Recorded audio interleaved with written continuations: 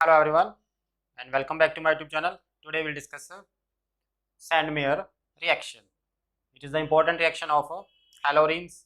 So this reaction involves the conversion of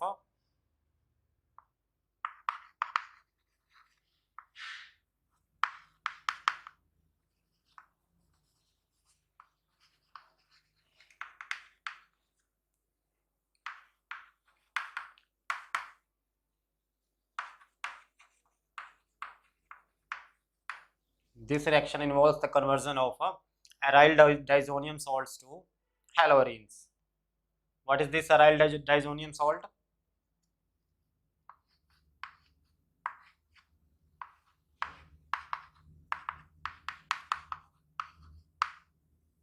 This is benzene diazonium chloride, or we can simply use X. Now it is benzene diazonium halide. So conversion of benzene diazonium salts or benzene diazonium halides to halogens, that is a Sandmeyer reaction.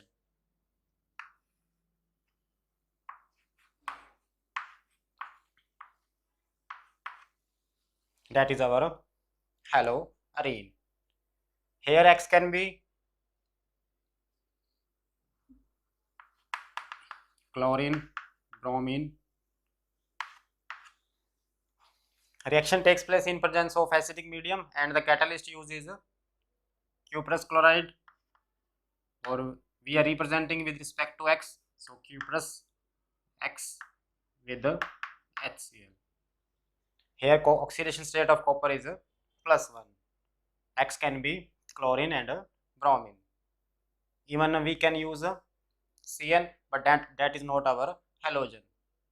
So Sandmeyer reaction involves the formation of haloarenes as well as cyanoarenes by using diazonium salt, and this diazonium salt is prepared by using aniline.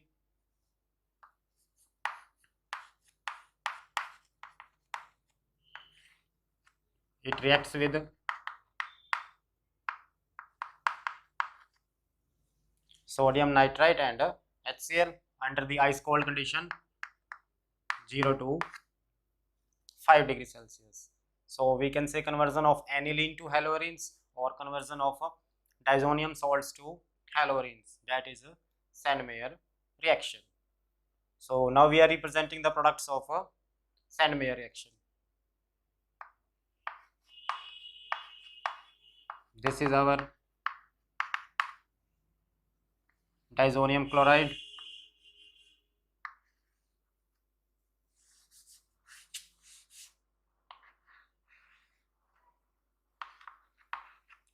now we are using cuprous chloride with the halogen acid HCl. So we will obtain chlorobenzene.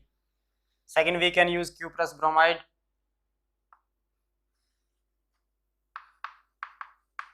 with halogen acid. Now we use HBr. Now we will obtain bromobenzene plus N2. Even we can prepare cyanobenzene, that is also Sandmeyer reaction. Cuprous cyanide. Instead of HCN, now we will bring KCN. HCN will itself unstable, it will not give a cyanide ion. So now we use metal cyanide KCN. Here we will obtain nucleophile CN. So now we will obtain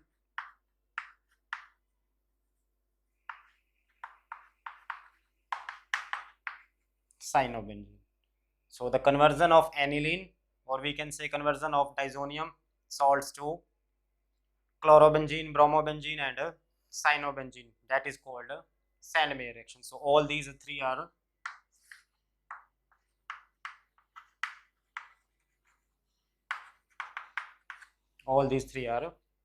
Sandmeyer reactions. Right. Now what is the mechanism of a Sandmeyer reaction?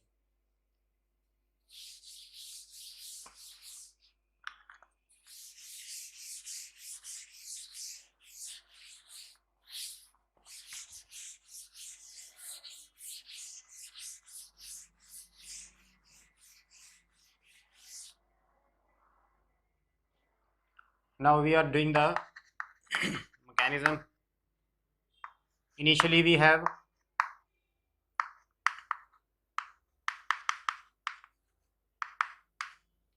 disonium chloride, or we can represent with respect to halide disonium halide.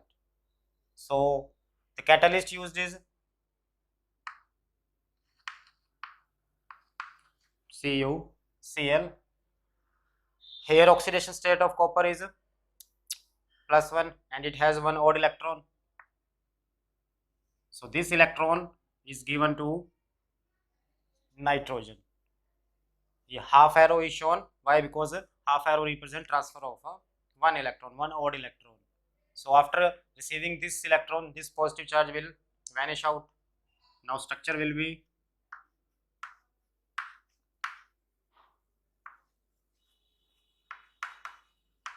this has odd electron and Cl negative. If copper loses one electron, so it will gain positive charge, it will acquire positive charge. So now this positive charge will react with this X negative or Cl negative.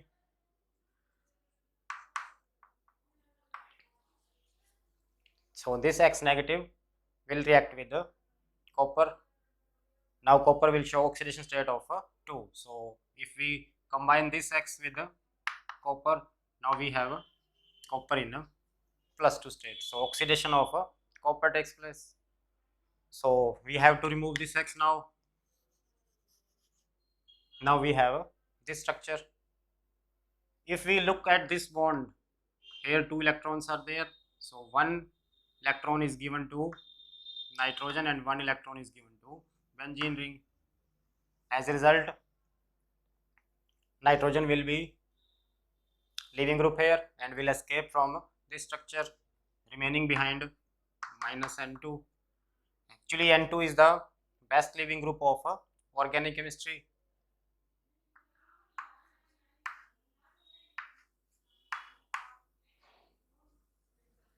Now we have free radical benzene ring, right? Next step is, here again 2 electrons are there, again free radicals will form. So 1 electron is given to X and 1 electron is given to copper. So copper again will become +1 charge, that will leads to the recovery of a catalyst. Catalyst will remain unaffected during the reaction. So here we will get free radical X plus copper Cl. So we recover the catalyst also. Now this X free radical will make bond with this benzene ring. Free radical of benzene ring, free radical of halogen, there is a bond formation. So this is our halorene. X can be again chlorine and bromine, so chlorobenzene or bromobenzene. That is the mechanism of a Sandmeyer reaction. We can give name to the mechanism. It is a nucleophilic radical substitution,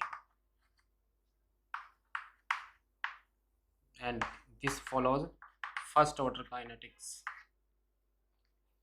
The mechanism of Sandmeyer reaction is a nucleophilic radical substitution. Radicals are formed and radicals itself, they are unstable, so they tends to become stable.